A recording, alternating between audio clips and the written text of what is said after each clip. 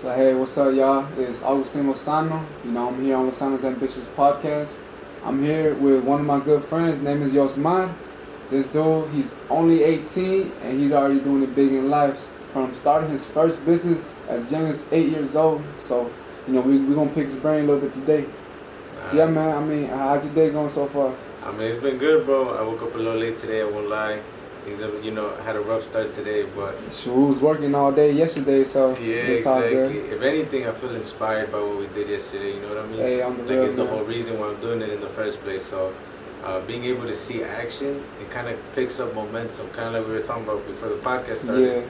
Yeah. It was like once you see something that motivates you, and you see it, it really just pushes you to do your own thing. Mm-hmm. Because I was telling you the other day, it's like within a team you have certain areas of speciality, like one thing that you're good at, and when you work on that, you make the team look good at the same time. Mm-hmm. So yeah, you're gonna have sleepless nights. It's just the way it works. Hey, it's all worth it in the end, man. You just gotta focus on what you can. Get your good surroundings. How we talked about on the other podcast. If you surround yourself around people who genuinely really want to see you do good, and shoot, y'all just like-minded, bro, y'all could do anything. So that's one of the reasons why we out here. I'm here with Yosmar. I just wanted to say, do you mind telling them how we met and everything? Yeah, okay. If you want to go ahead. Alright, yeah, that's cool. So if anything, man, I was here in my dorm. I was studying the markets and stuff, like the stocks and forex. And I get a message, and it's from him. Since I'm a camp ambassador, I'm a second year kind of guy like the freshman, what they should do throughout here in the college campus. So Yosman, he is a freshman as well here at MSU University, Michigan State University. And he reached out to me because he heard I like to study the markets and stuff. And I want to ask you, what was it that really got you to come out and ask for help with that? I'll be completely genuine with you, man. I had an eye on it for a little while. Yeah. But it was nothing that I really jumped into. Mm-hmm. It was something that you could even say I hesitated a little bit. And part of it was something that you brought up is very controlled by the government or whatever it may be, by banks. It's manipulated. The thing is manipulated.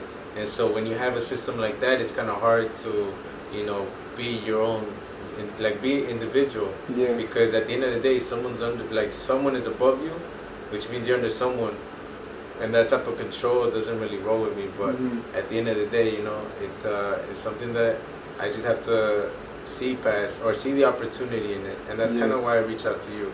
Because when I went to you, I figured that you've been doing it for a while now. And so I wanted to see kind of the behind the scenes of what it means to be doing the little side hustle. Yeah. And so that's why I reached out in the first place. I remember sending the message.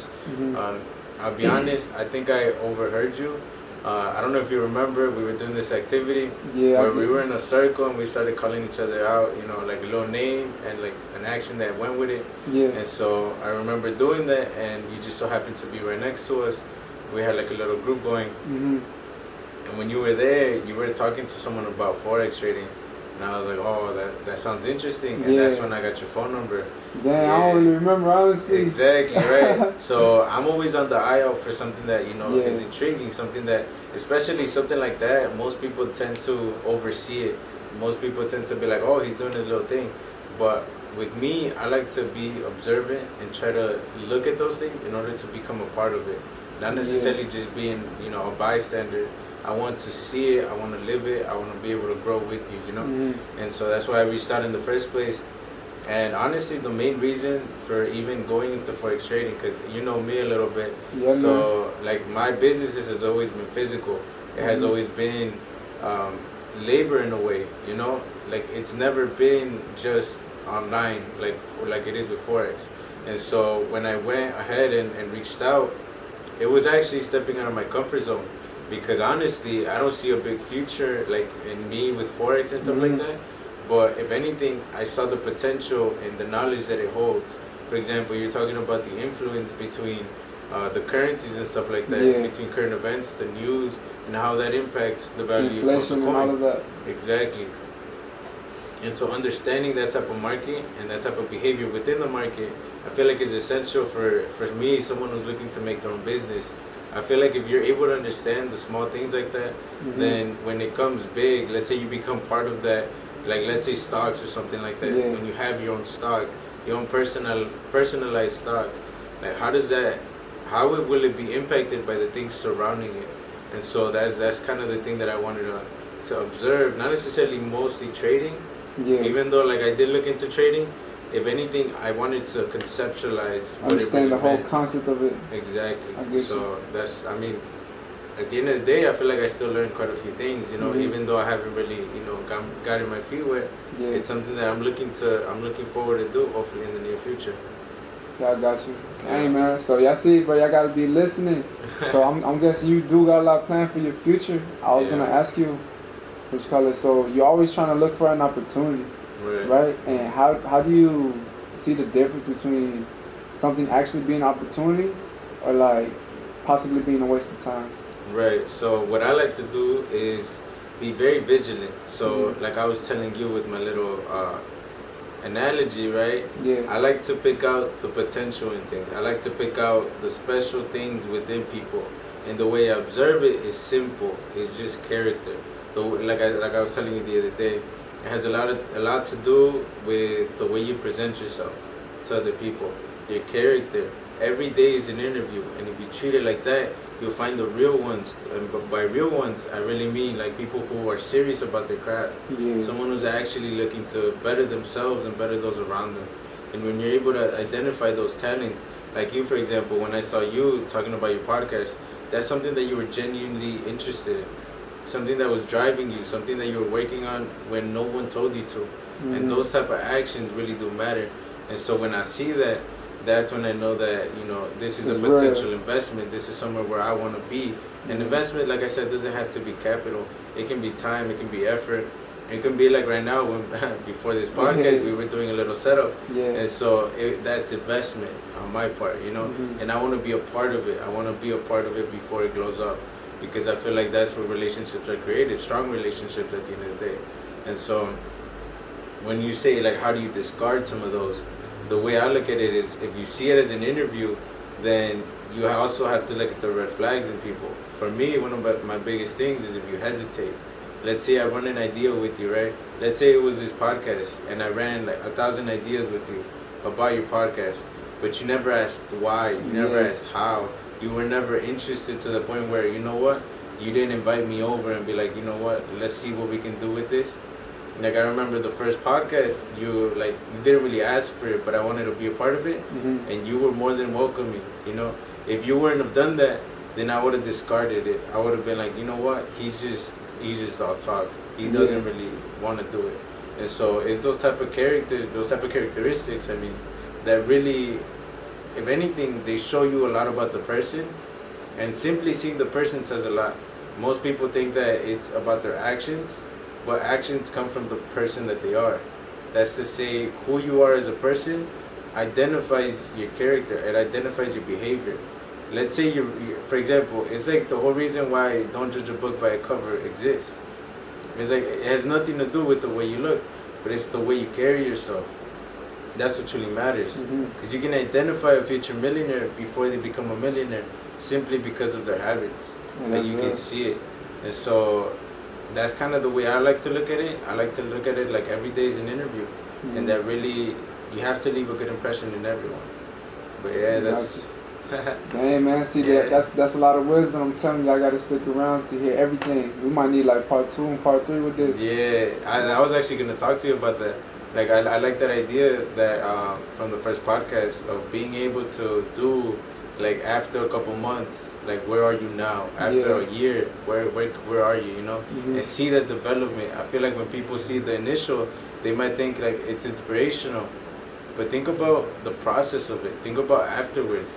Like, when you see a before and after, I'm a barber, so you kind of get to see it, Like, a lot of people have been telling me, they're like, hey, yo, make a little video of the before and then show the after. That's what people want to see. They want to see that development. Exactly. And so I was gonna tell you too, this could be the first one, but think about the future ones. Think about where we're gonna be at in a couple months, in a year or two.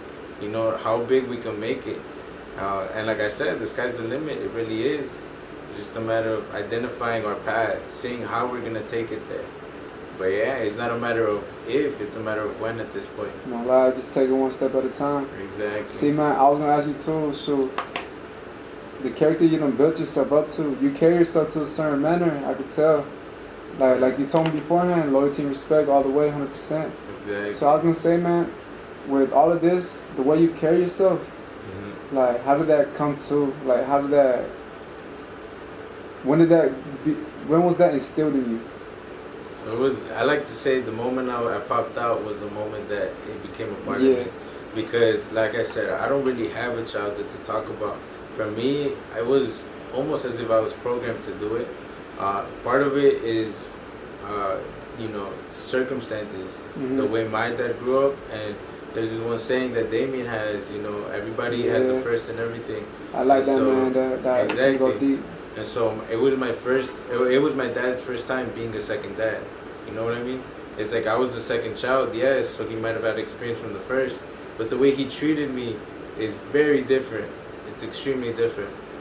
And so I remember growing up with my dad, his mentality was different, because back when my brother was born, so we have an age difference of around 2 years, and my oldest brother, well, when he was born, my dad was still working in a factory. It was for chemicals and stuff like that.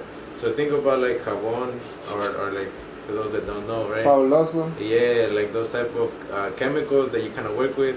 He was the one making them. He was the one behind the scenes, mixing things together, And so growing up like that, my brother really got to see the hard worker in him, but he never got to see his true mentality, which is something that I got to see. Because by the time I was born, was around the same time that my dad kind of had the initial idea of what he would soon make into his first business. And so with that mentality, he kind of instilled it in me. I like to say that he planted a seed within me. So when I was a kid growing up, I don't really have memories of throwing a ball with my dad, but I have vivid memories of reading a book with my dad. So it's very different things. I grew up with Napoleon Hill, actually. I grew up with Zig Ziglar. I grew up with all these great minds, that simply were able to. I grew up at Churchill as well. So all these authors, they told their story in a certain way, and essentially what I was a sponge, and they were the water. They just they came through me. They just came to me, and I just soaked it all up. And so all the knowledge that I have is just a collection of everybody's experience. And I never met him. I never met Napoleon Hill. He was long gone before I was born. But even so, I was able to see who he was and what type of character made him successful. And almost like a mirror, I try to reflect it. I try to see his side of life, essentially his experiences, and what can I take away from that. And part of that was forced onto me, I'll be honest. I was telling you earlier, my punishment really wasn't physical. It was all about discipline. So I remember getting bad grades growing up. I used to be a pure B student, I'll be honest. I was telling you, so I grew up in Pilsen area of Chicago. And being in that type of area, you're surrounded by bad behavior. And so being a B student was actually outstanding. It was like, whoa, like, it was better than exactly. It was better than having C's and F's, And so, even so, like, I wasn't the best. I wasn't the best at anything. But slowly but surely, my dad would fix me into it by simply saying, you cannot accept, the standard of everybody else. You have to overachieve. And the way he would do that was, if I have a B, if I have a C, he would make me read a book, or he would make me write down the book. I remember I was telling you, we would get a book, Can't even think about that. El Rey más rico, or El Hombre más rico de Babilonia. It's in Spanish, the Spanish version. Books like that, books like the Bible. He would make me read, or not read it, but he would make me write it. Pencil and paper, from front to the back. The entire thing. And how long would that take you, man? That would take me a while. So I think El Más Rico de Babilonia, that one didn't take me as long. That one was around 3 months. But it was still 3 months, And so right after school, he would sit me down on a table, and until dinner was served, I would just keep on writing and writing and writing. And then the Bible took me, I don't even know how long ago. It took me too long. Definitely took me over 6 months. Yeah. Yeah, it was something crazy. I think maybe even 9, honestly, because it was so dense. And so books like that, and when you have that, the ability to do that.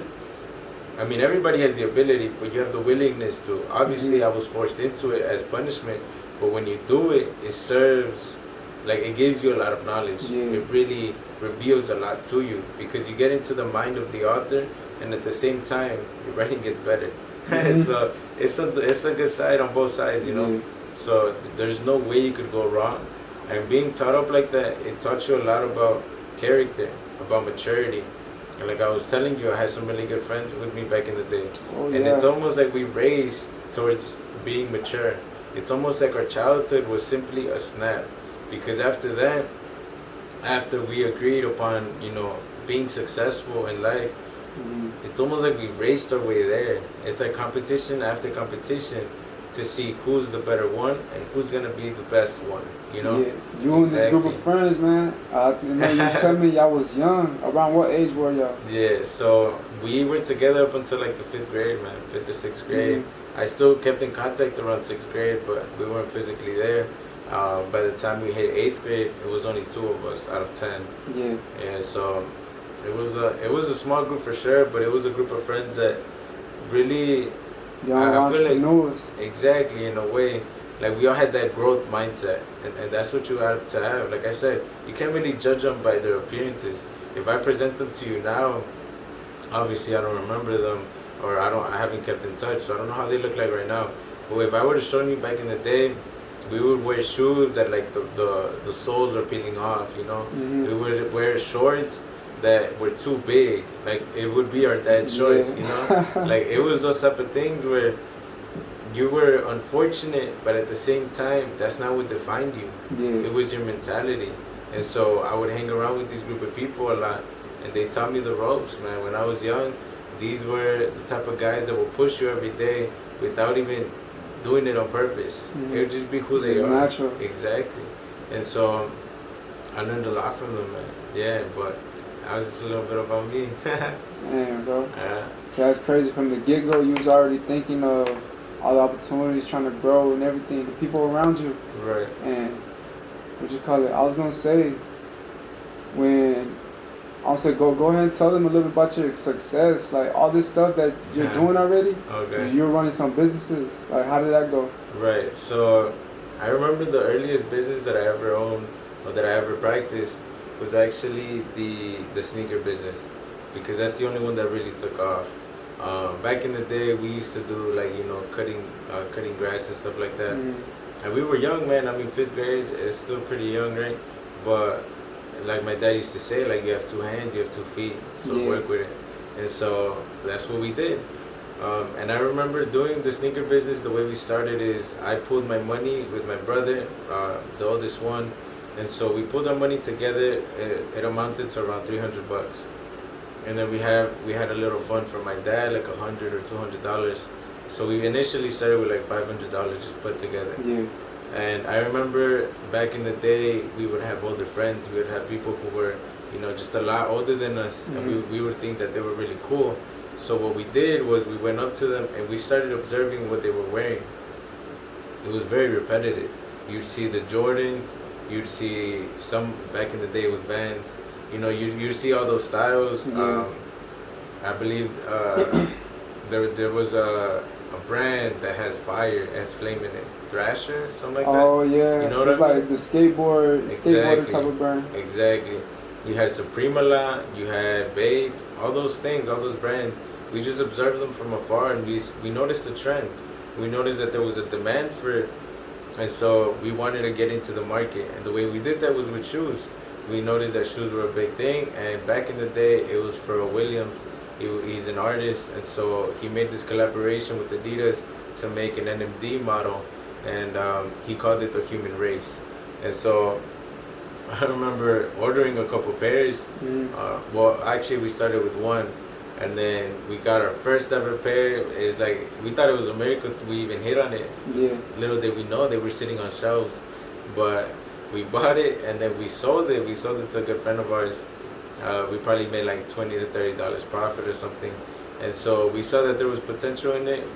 Because the way we thought it was, if we bought multiple shoes, those $20 to $30 per shoe amounts, exactly, they compound to each other. And so that's kind of what we wanted to do. We wanted to grab a bunch of shoes and be able to resell them. And so slowly but surely we started grinding it. We would have like hundreds of screens. Obviously hundreds is an exaggeration. But we would have my mom's phone, my dad's phone. We would have the computer, another computer. We would have my tia's phone. We would call our uncles. Made it work with everything I had. Exactly. Like we would call up our uncles. We would be like, man, please, like just come visit. You don't have to like do anything. I just need your phone. Yeah. I'd be like, all right. So they came through, and we worked with what we have. And so at the end of the day, we would see how many shoes we collected. We'd get like around 20, like not 20, but like it's like kind of hard. So an average amount back in the day was like around 5 shoes. Like 5 shoes was a good day for us. And that was a day, every day. Not every day, because we didn't have that much. Starting out, we didn't have that much money. When you have limited resources, you just kind of have to work with what you have. Yeah. And shoes back then, they retailed at around 110 or so. And so it's a good amount of money you invested. Exactly. So we ordered like around 5 pairs. We went up to 5 pairs. And I remember when we were at 5 pairs, we were like, wow, we're doing it big. Yeah. Little did we know how big we would make it, right? And so we started, especially me and my brother, we did it for a couple of years. Until eventually my brother went out, right? He did his own thing. But when I was doing it, like, man, I just fell in love with it. If anything, I fell in love with the emotion that you get when you're selling it and when you're buying it. Like, being able to make a large order, that in and of itself at a young age makes you feel like you're the man, you know? But at the same time, being able to sell it, being able to sell your stock, it gives you that emotion of motion. Like literal motion. It feels like you're moving. It feels like you're advancing. It feels like you're running, you're sprinting. Whatever it may feel like for you, right? But that's kind of why I enjoyed it so much. And so I was able to scale it up to the point where I was working with stores, people who own sneaker shops, and we would be their main provider. We would be the guy that would come up to you and be like, if you need any shoe, just let me know. I'll get it to you by, you know, the time it releases or something like that. And so that's kind of the role that I played. And I remember we would go with our IKEA bags. We'd go with our IKEA bags to these stores. And the way stores would work was essentially you give them the shoe, they put it up on your store, and then once they sell it, they give you a little commission. Well, not they keep the commission, they give you whatever is rest. Profit plus. Exactly. And so think of it almost like passive income in a way. Because you don't have to sell it, you just have to buy it. And so if you automate it in that way, it becomes a lot easier. But yeah, I had my little name, the little Foot Locker. Like that was my startup. Yeah. And then from there, my second biggest business was, well, actually I skipped it. So within that selling shoes, I went into things that were a little bit more hype. So I went into like designer, I went into Supreme, I went into Vilone, Thrasher, everything that was like big name brands. I kind of went into that thinking that it would be the similar hype as the shoes. And it really was, especially when Supreme came out with the Kermit the Frog skateboards. I don't know if you know what they are. I ain't too familiar. Exactly, but that was the thing. I remember we used to collect them. That was actually my first ever profile picture. I didn't get a phone until freshman year. That was my first ever, the Supreme Kermit the Frog, I think it was called. Yeah. Yeah, but that was like my thing, man. That's I worked up until I had a pretty good knowledge about what was hype, and so I would buy things before people would hype them up, and then once they got out the traction, that's when I would sell. It's like buy low, sell high, you know, same concept. And so I started off with that, and then that kind of led me into doing designer. So I used to work with a lot of people back in the day, especially during high school. Yeah, I left the shoes behind at around freshman year or so, a little bit earlier than that. I left the whole sneaker game. How come? Simply because I saw COVID coming. Like I kind of saw it. My dad he has very good intuition. Yeah. And when he saw the whole illness was coming, or he noticed that there was something, like I don't know what it was. Maybe it was a gut feeling. Maybe it was God, right? Like I don't know what it was, but he just told me, he's like, you have to look into the market, see if it's gonna be real beneficial for you. And then when I looked at it, Lord and behold, like you see it, and it's not beneficial. Mm-hmm. So I sold everything that I have, like every shoe that I had, and then I just moved on. It's hard, bro, because I had to say goodbye to like a 6-year business. That you started when you was real young. Well, what did you see when you looked at the market like? So essentially, the way I was working with it, it was around the same times that Jordan 1 mids were kind of gaining popularity. And I saw that those are what you call break flips. Essentially, they're really hard to move because you get little profit and you sell them by small quantities, right? And so, because it's not really a hype shoe, it doesn't have that much attraction. So when you have a shoe like that, it's very hard to sell it to someone who's big name. So you just sell it to like your local markets, people who are just, maybe your neighbors. You go up to them and sell them the shoe. It was like that. It was very small. And the way I was working with it was big shoes. I was working with Jordan 1s that were unreleased, Jordan 4s that were unreleased. I had the Travis Scotts before they released. You had certain shoes that were very hype. And so that's the way I used to work with it. And so compare that to selling mids, Jordan 1 mids, it's a big change, right? And so that's what I saw. I saw that at the end of all of this, I'll be selling shoes that aren't that good. No, they are bricks. And then I'll sell them for such a small profit where all my time is basically just wasted. Like all the time that I spend with doing the not videos, but taking the photos, publishing them, being able to send messages, contacting them, meeting up and stuff like that. And the whole thing, it was just a waste of time compared to the amount of money that I used to make. Yeah. And so I saw that decline, and when I saw it, it's kind of like when you see in the bar graph, right, with the markets, you see a declining pattern, you just opt out. Get out, yeah. Exactly, you just get out before your loss becomes too big. And so that's kind of what I saw. And with that, I moved into other businesses. And so that's when the second biggest one hit, which was the chairs and tables. Now, chairs and tables really was huge for me. Because that one, think of it like... My fault, I was going to say like, you started it, but how did you come about it? Like, what made you get into it? It was my mom. I owe everything to my mom, man. Yeah. So as much as I like to talk about my dad, if my dad didn't have my mom, it would have been completely different. And so my mom really was she was like the one that pushed them. So think about my dad as the guy with the ideas, but you don't really do anything with the idea if my mom wasn't there pushing them, you know? And so that's kind of how I saw it. Yeah, that's real right Exactly. There. So when my mom was there, she had chairs and tables. So our house, when we got it, we like to celebrate a little bit. And so we would like invite everybody we knew, which was like 30 people or so. Yeah, and so we would invite them. Yeah, we would throw a party like every weekend. So she ended up buying her own chairs. She had around 30 chairs and 10 tables. And that's what I started, or 8 tables. 8 tables and 30 chairs. And that's what I started with. And so I saw that as potential when my mom, she came up to me and she's like, Mijo, like, you just have that sitting around. Like, do something with it. And so I saw that, and I saw that there was a demand for it already. The fact that people were coming to our parties and having a chair to sit on, that meant that, obviously it's a necessity, especially when you're making the party. And so how do you appeal to an audience that needs chairs and tables? Well, it's through the events, through the parties that they throw. That's to say, if you're going to throw a party, who do you look for? You look for, obviously, the food, the drinks, but at the same time, the chairs and the tables. So it's almost like you need everything, right? And so what I did was I saw the demand for it, and I just went onto Facebook Marketplace, and I just made a little post that said, chairs and tables. Little technical difficulties, but it's all good.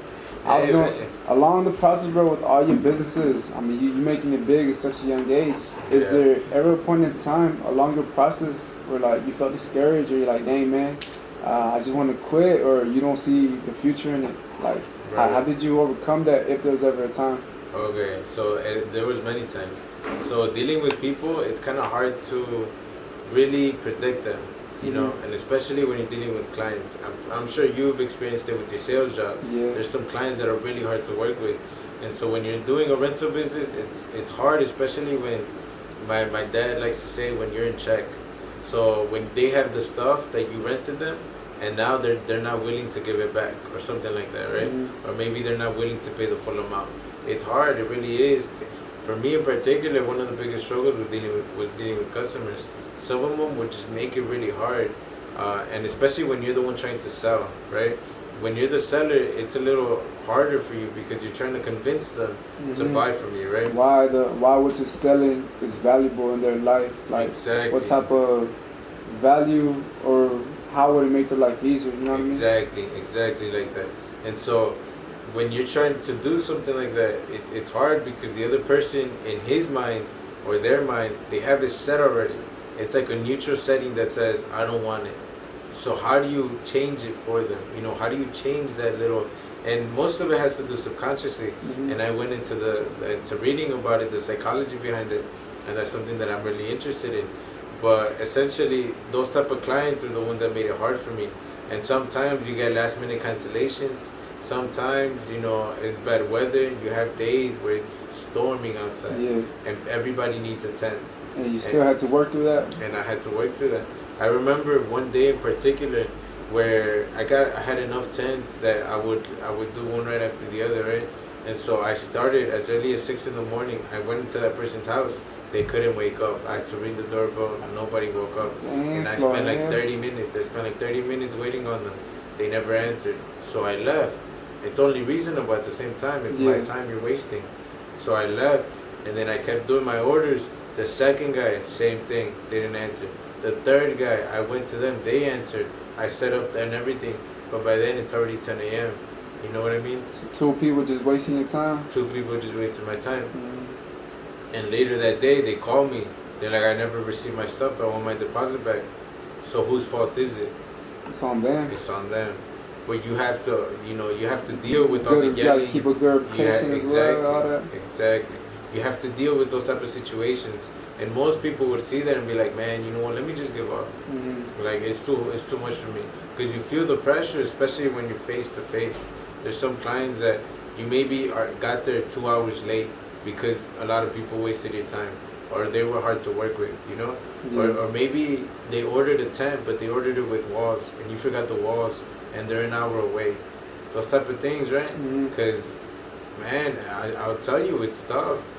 I remember my dad in particular, he used to drive a lot with me. I would take one car, he would take the other. And I remember I sent him to do an order with the tents. It was, if you guys know Chicago, it's by Aurora. And so Aurora is an hour away, but they had a huge order, but they wanted a tent with walls. And I completely forgot to mention that to my dad. And so he did it. The lady came home, saw the tent without the walls, called me. She's like, man, where's my walls? And obviously I charged an extra fee for the walls, so she did pay for it. And so I had to send my dad all the way back, which is another 2-hour trip because you have to go there and you have to come back. And then the time that it has, or that it takes to set up the walls for a 40 by 40 tent, that thing is huge. And so, and he had to do that all by himself. And it's hard, especially because it's your dad, you know? You don't man put that you truly respect. Exactly. And so, it's tough, man. There's moments like that where you just want to call it quits. You just want to say, you know what, this business isn't for me. But what got me through it was, if anything, people like my dad that were next to me, he was willing to do it. At the end of the day, he still did it. And so, that shows me, if anything, that it's possible to actually go through with it. And the one thing that I like about my dad is that he always sees the positive in it. He always sees like, man, you're lucky. When that happened, he's like, man, you're lucky. And I'm like, why? Like, why do you think that's a good thing? Like, I was mad. I was genuinely mad. I was like, why? Like, I even find it like taunting, you know? It's almost like he's taunting me. And so I asked him, like, why is it a good thing? And he said, it's like, it didn't cost you anything for this loss, like, to learn it. He said, it didn't cost you anything to learn it. And you always saw the good thing in it, you know? And it just puts a smile on your face now. It's like to see that, obviously, he was the one that had to do the work. He was the one that sacrificed. And for me, it really cost me nothing to just send him over there. Other than emotional damage, bro. Like, I went home and I cried. I was like, man, my old man, you know? And so I find that inspiring. And having people like that, people that surround you that are willing to help you out, regardless of the situation. I like to think of my 10 guys.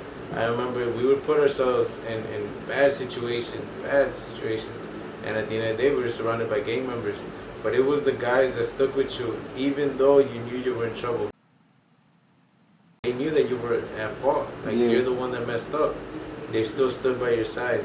And family. Exactly. And that it comes back to loyalty and respect. That loyalty part of it, it really is essential. Like, when you see that, when you see someone do those sacrifices for them, like right now, I run a lot of my dad's businesses. I do it for free. Never did he once pay me. He never paid me. I've been doing this since he started his business, his cleaning business. Not once did he pay me for that. And I'm willing to do it. I'm willing to do it again. If I had to, I would do it all over again. Matter of fact, I probably put in double the effort, knowing what he's done for me now. But like I said, it's just, if you keep your morals right, and if you have the right people with you, man, they'll push you through anything. It's a good thing, man. It's a good thing to surround yourself with those type of people. But yeah, like, I mean, growing up, I like to say that my dad has a lot of the credit, right? Especially because I'm a man at the end of the day, and so I look up to a manly figure. But my mom, she really showed me the emotional part of it. Like my dad, I like to say that he's cold-hearted. He didn't really know how to show emotion. But my mom, she showed so much, but if anything, she showed me how to control it. See, everything has its time. That's the important part, man. A lot of people very emotional, but they don't know how to control it. So like, well, what did she teach you with that for the, those people who probably struggle with that? Right. So she told me to reflect. Every night she would walk into my room and she asked me like, how'd your day go? And it's that constant reflection of like the good things, the bad things, things that were maybe like I didn't really think about them, but they were truly meaningful. For me, I like to talk to her a lot about my girlfriends, I won't lie. But, she is a girl, she gets it. Yeah, she understands their point of view. Exactly. So that was my thing, but even so, like, just the small moments in life. Like, for me, we were really religious.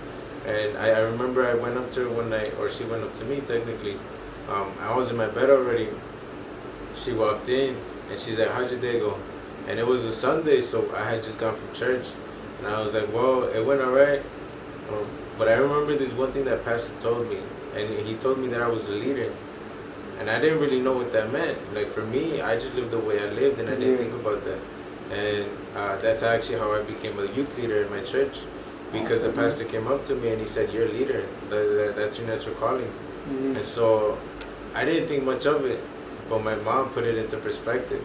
She's like, think about all the kids that were in there. The fact that you were chosen just like that by the pastor. Like, I was all the way in the back. I tend to be in the back. I think I told you this. Like, I like to be observant of everything that happens. And so for me, like, I like to be in the back. And he picked me out. Like, think of it like a school almost. You have all the students, just a bunch of students, and I was picked out from the very back. You know what I mean? So that means you stood out. Just the energy or just the way you carried yourself. I'm not really sure what it was, but the fact is that I stood out. And so, and when she put that into perspective, that's where the emotional came in.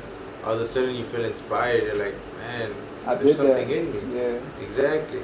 And so, and at the same time, it'd be the bad things too, man. Like, during those hard times, she would come in while I'm crying, she'd see me, she'd hear me, bro. Like, I cried pretty loud, I won't lie. And so she would hear me from the other room, and she would come in, she's like, why are you crying? She's like, well, I just had to send my dad over there. And then she would be like, is he crying? I'd be like, well, no, he's not. I'd be like, so what do you think is going on through his mind? Because like, out of simple nature, right? You like to think about the worst case scenario. You like to think about, all of a sudden you think about like scary clowns, you think about like scary movies, maybe ghosts, stuff like that. Things that aren't there, like they're not there. But the fact that you can't see that, the fact that your mind just is simply just focused on that, it gets you scared. And so that's why people are scared of the dark, right? And it's kind of like that in the sense that I just looked at the situation, and all of a sudden I'm looking at all the negatives. But my mom, she would come in and she would teach me how to see the positives. She would be there and she would be like, nothing really happened. Like, when I would get a bad grade, I'd feel like it's the end of the world, especially because I had to rewrite a whole book. But even so, she would be like, there's still a lot more homeworks that you have to do. There's still time to change it. You know, so it's never the end of the world. There's always a move in the chessboard. That's the way she would see it. Because I played a lot of chess. She doesn't even know how the pawn moves. Yeah. But even so, she would how would you say it?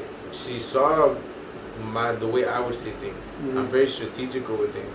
I like to use a lot of metaphors. I'm a visual learner, and so she put it in terms of the chess. She's the one that came up with the checkmate. She's like, it's hard when you're in checkmate. Don't let them checkmate you or something. Exactly, it's hard when you're in check, and then or stuff like that. Like she would just bring it up from time to time, and so I remember growing up. That's what really helped me. The fact that she was able to simply say, just reflect on it a little bit, just sit back and think about everything that happened that day. What went good, what went bad, and what could you improve on? And that kind of gave me that emotional maturity in the sense that now I don't get mad. Like, it's really hard for me to get mad. Like, I hold zero grudges. It's hard for me to, to do that because I'm constantly reflecting on it. It's like, it takes so much energy to be mad. Why would you be mad? It takes less amount of energy to just smile, And so I'd rather smile than, be mad. And so it was that, honestly. It gave me character. It gave me a lot of character. But like I said, my mom definitely played a big role. Like I said, if it was just me and my dad, we could have probably had so many ideas, but never took action. It wasn't until my mom was there where she pushed us. She really did. And it's the whole reason why I had the chairs and table business, honestly. If it wasn't for her, I probably would have never had it. But yeah, if anything, it's the relationships that you have, the quality of them. The people that you know, yes, of course, but it's how you use them. How you use them for your benefit. How do you learn from them? I like to say that there's a difference between hearing people and listening to them. Like, maybe you guys, when you hear the podcast, it comes in through one ear and goes out the other. But if you're able to listen to it, if you're able to take out the important key notes, things that you maybe know are your flaws, and you see this person in the podcast, and you're like, man, I relate to that. Exactly. And not necessarily relate to that, but I had the same issues as him. How did he go about it and changed it? And so if those are the people that listen, those are the people that take out the good things and actually apply them. So it has a lot to do with your mentality at the same time, the type of way you think. If you're constantly thinking of ways to improve, they will come natural to you. You'll see those type of opportunities to change your life, and you'll take them. Yeah, man. Sure. I see it's real natural with you, how you be saying. Everything's all a mindset. And you said you really grew up off of Napoleon Hill. Let me show you real quick, man. Homie, which recommended me this book, Think and Grow Rich, Napoleon Hill. It changed your life and everything. So this really has the principles you said, to take action on the things you want to do. Right. So if anything, you said you grew up off of the books. Whenever you go about learning something new, how do you go along that process? Right. So I like to say that I'm a constant student. I will always be a student. So if anything, it's not necessarily how I learn, it's more about the things I like to learn about, I will always learn something, regardless of what it is. In school, right now I'm learning astronomy. Things I would have never thought I would learn about the stars, but I'm learning about astronomy. Yeah. So I could learn about 100 different things, but it's the type of things that I'm learning about that actually matter. So books like Napoleon Hill's story is amazing to me. And so reading that, I like to look at a book as a collection of obviously their story, but their experiences as well. And if you see it like that, it's almost as if they took this whole journey and they just gave you their experience of it. So essentially, when you read the book and you apply everything that they taught you, you start off where they ended off. Whereas if you wouldn't have read it, if you wouldn't have applied anything, you would have started where they started. So it's that change. It's almost like a boost. It's almost like you're speeding. It's like a cheat code of life. Exactly.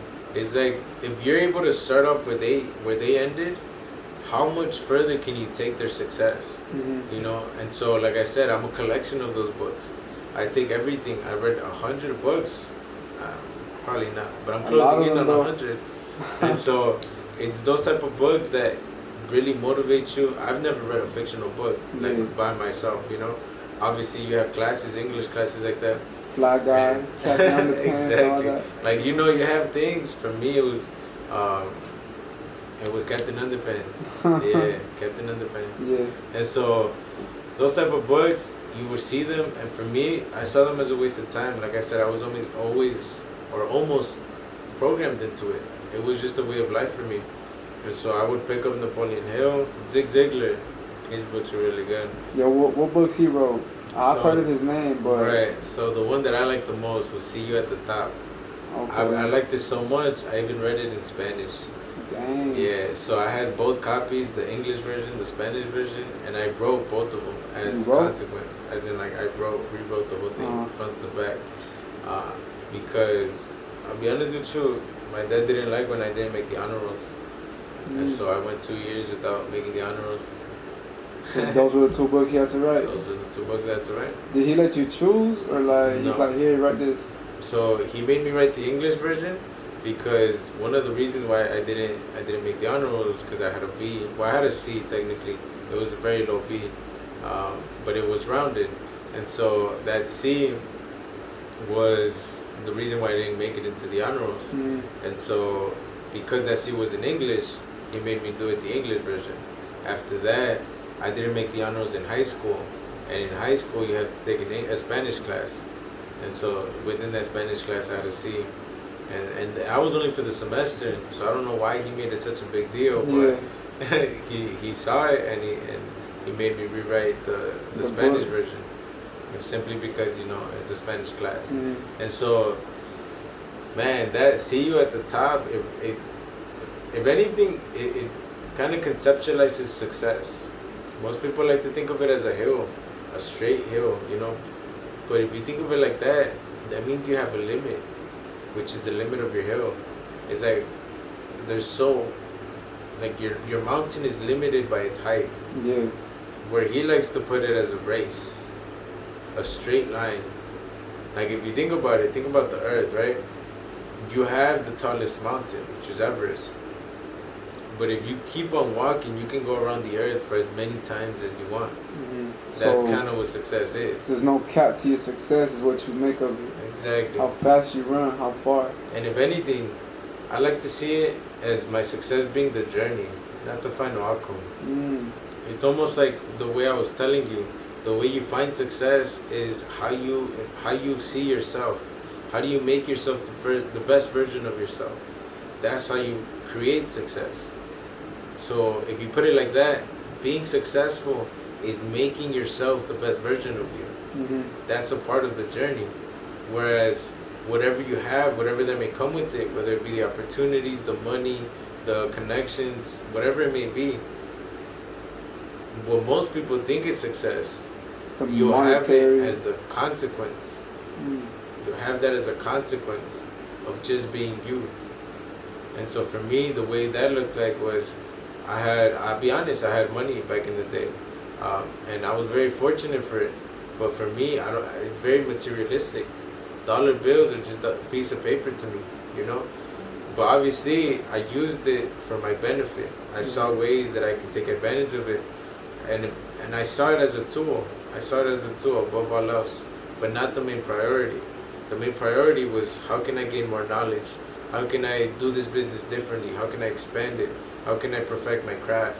That was me. That was me being the best version of me. That was my success. Or that is my success, because I feel like it's an ongoing journey. And so I'm still working on it. And so if you put it like that, then I was successful, I will be successful, and I am successful. It's so all success is always type of thing. It's not something you reach. It's the way you see it. Like you're saying, right? It's almost perspective-wise, right? The way I like to see it is, once I'm satisfied with the man that I'm looking into in the mirror, that's the day that, you know. But at the same time, that's limiting too. In other words, once you reach a certain goal, you change it to make it higher, you know. Like let's say it's weightlifting for you. Maybe it's a certain weight that you want to reach, but you want to look big, right? So let's say you're 140. reaching 160 is a big goal, and once you reach 160, you make that 180. Once you make it 180, you make it 200. You know, you scale up from there, keep it going. and it's a consistent fight to keep improving. And so that's how I like to see it. I like to see it as there's no limit unless you place one, and so you just gotta keep going with it. You just keep going until I don't like to believe in burnout, but until you physically can't give no more. Hey man, we gonna have to test that later at the gym. Yeah, you gonna see. Definitely. I mean, right after this, man, just let me change because cool. These boots are hurting. But yeah, we'll see. Hey, stay tuned, man. Watch his story. His story's gonna show it all. Hey, we gonna see, man. But if anything, what you call it? We all got dreams and everything, man. Where do you see yourself? Like the best version of yourself. What do you think that looks like as of right now? As of right now, I like to think of goals like 5 years from now. So that's always the key for me. I feel like when you ask someone, how do you see yourself 5 years from now? There's a time limit, so you're able to. Exactly. It's almost like you can measure. You know how he wakes up like 3 in the morning? Yeah. By the time he's done with his runs, by the time he's done working out, by the time he's done with everything, people are barely waking up. And that's just, it's more of a prideful thing. It's being able to say or show that you're ahead of everybody else. Yeah, you're right. And obviously the competition is not with everybody else, but it's with you. That's why I like to say that I'm not where I want to be yet. Because honestly, I could care less about the competition. There is no competition if you really think about it. Everybody's running their own race. But being able to get to that level, because it really is discipline. Think about all those days where you wake up and you just don't want to get off the bed. Yeah. You know, sometimes you procrastinate. And I was telling you the other day, the worst illness you could possibly get is laziness. And I truly believe that. And so whenever I catch myself doing it, whether it be procrastinating with homework or procrastinating when I read a book, or maybe just dozing off, you know, maybe I just pull off the phone. And I like to edit videos, but let's say I get a notification and one thing leads to another, and all of a sudden I'm scrolling. Yeah. Like I catch myself doing it, and I'll be honest, I turn it off and then I go do something productive. That's the way I like to catch myself. But the way I see myself in 5 years is not even having to worry about that. Just being on top of my things, you know. I like to think of myself as someone who gets things done in such a way where you might even like not think that I sleep. You know, like I want to get it to the point where sleep sometimes. Exactly, like I want to get it down to the point where, like I was telling you, I want to have the dreams, the type of dreams that you don't get when you sleep. It's the type of dreams that keep you up at night. Those are the dreams that I want to have, and those are the dreams that I'm aiming for. I forget where I read it, but there's a way to make dreams into goals, and then you make your goals into, I forget the way they scale it, but essentially you take it down to a plan, which you take it down to a step, which you can take it down to an action that you can do right now. Yeah. And so when you do it like that, it's like I see myself 5 years from now. I see the type of schedule that I want to have, and you break it down, and you see what action can I take today, starting today. Because if you really think about it, time is very, very short for us. Very, very short. And the fact that you don't know what tomorrow brings is very scary at the same time. Like everything can go wrong in one simple day, in a matter of seconds. And so how do you work with it, with what you have today? What do you do today so that tomorrow will be a good day? You know, tomorrow you can be proud of yourself before you go to bed and be like, today was a good day. It's part of reflecting, you know. It's that being able to look back and say, man, today was a good day, you know. Like I got everything done. I felt good about myself, you know. I'm a little sore because the workout hit nice. Yeah, boy. Things like that, you know. Yeah. That's kind of how I see myself. Like in the future, I want to be able to look at my day and be satisfied, but every still day. strive for more. Yeah. Hey, man. Yeah, that's true. I mean, at the end of the day, if you think about you know, my mentality from where it is now. That's why I said like we gotta pull up another podcast. Hopefully in the near future, a couple months from now. Yeah, we'll see where we at, how much weight. Because seeing that progress, believe it or not, a lot of people get motivated when they see it. It's one thing to talk about it, it's another one to put it into practice. And I feel like it's more impactful when you see it being done. It's almost like the haircutting videos. You find it satisfying, you know? Mm-hmm. Just like all that hair peeling off. It's like, it's and it looks clean. Exactly. And hey, for all y'all out here, man, y'all gotta hit up Yosman. He gonna keep you looking fresh, también. And what was your Snapchat? My Snapchat, I don't use Snap. Oh yeah, the Instagram. The Instagram is the Real Lopez Project. The Real Lopez Project. Well, not without the. It's just Real Lopez. Real Lopez Project. Lopez Project. Right there. There you go. Yeah, right there. I mean, hopefully we make it bigger, but at the end of the day, I don't want to be the one cutting hair. You know, so take advantage, man. One of these days, I might just pull out of the shop. Yeah. And all of a sudden, you wouldn't even see me cutting hair. Mm-hmm. Friends and family, man. Hey, man, we probably done hit most of the things already. We've been through a lot. We gotta have another part for this. We really do. Yeah, man. So I mean, if anything, if there's anything right now you would like to leave with the crowd, or best advice or whatever, what would that be? Oh man. You gotta get them thinking, bro. You know. Exactly. I mean, you already have, but if anything, I like to leave everybody with a little piece of advice. You know, because I feel like advice goes a long way. Mm-hmm. And I don't know what that advice is yet. give me a minute to actually. I was like, it's gonna come out, and then it just did it, bro.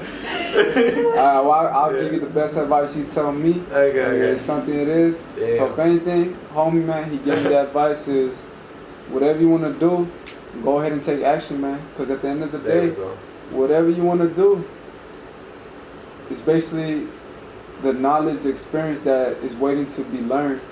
And throughout time, it's not going to get easier. It might not get harder, it might. But at the end of the day, you still have to learn that. So whether you start now or a week from now, it's still the same process. So the sooner you start, you're just quicker to achieving your dreams. So, that's part of the reason why we're doing the podcast, chasing our dreams. And we're going to help y'all do the same. Definitely. I mean, just to touch on a little bit on that, I remember I was talking to you about a call that I got from Google, because I have my company there in Google, and they called me because I was getting a lot of attraction. Yeah. I remember they gave me a sales pitch, and they said the best time to start was back then, before you had all your competitors, because before the competitors you could have almost created a monopoly. But now, they said the next best time to start is now. Mm-hmm. And that really is true, whatever it may be. Like, you might think that you're behind, but at the end of the day, you can catch up. Yeah, it's true. Like I said, the sky's the limit. And you get the beautiful thing about this is that it's self-paced. The man who works after working will simply outbeat the guy that just does it on his free time. Mm-hmm. It's the dedication that you put into it. It's a lot of sacrifice, I won't lie. But if you really have that drive for it, if you have something that you want with all your heart, chase it, man. Mm-hmm. Chase it like there's no tomorrow. Just work after work. Like I said, it's the dreams that you get that not necessarily put you to sleep, but that keep you up at night. Hey, man, I've been up for the past few days with homie right here. Yeah, but y'all heard it, man. If there's any dreams you got, that one idea you got lingering in your head, I mean, it's there for a reason. God put that there for you to start and take action. You know what I mean? Y'all gotta go ahead and start living your dreams. If not, shoot, fear gonna get the best of you. So if anything, I appreciate y'all tuning in, and this is just one of many to come. Hey, y'all take it easy. Yeah, man. Take care. Good job. Nice. That was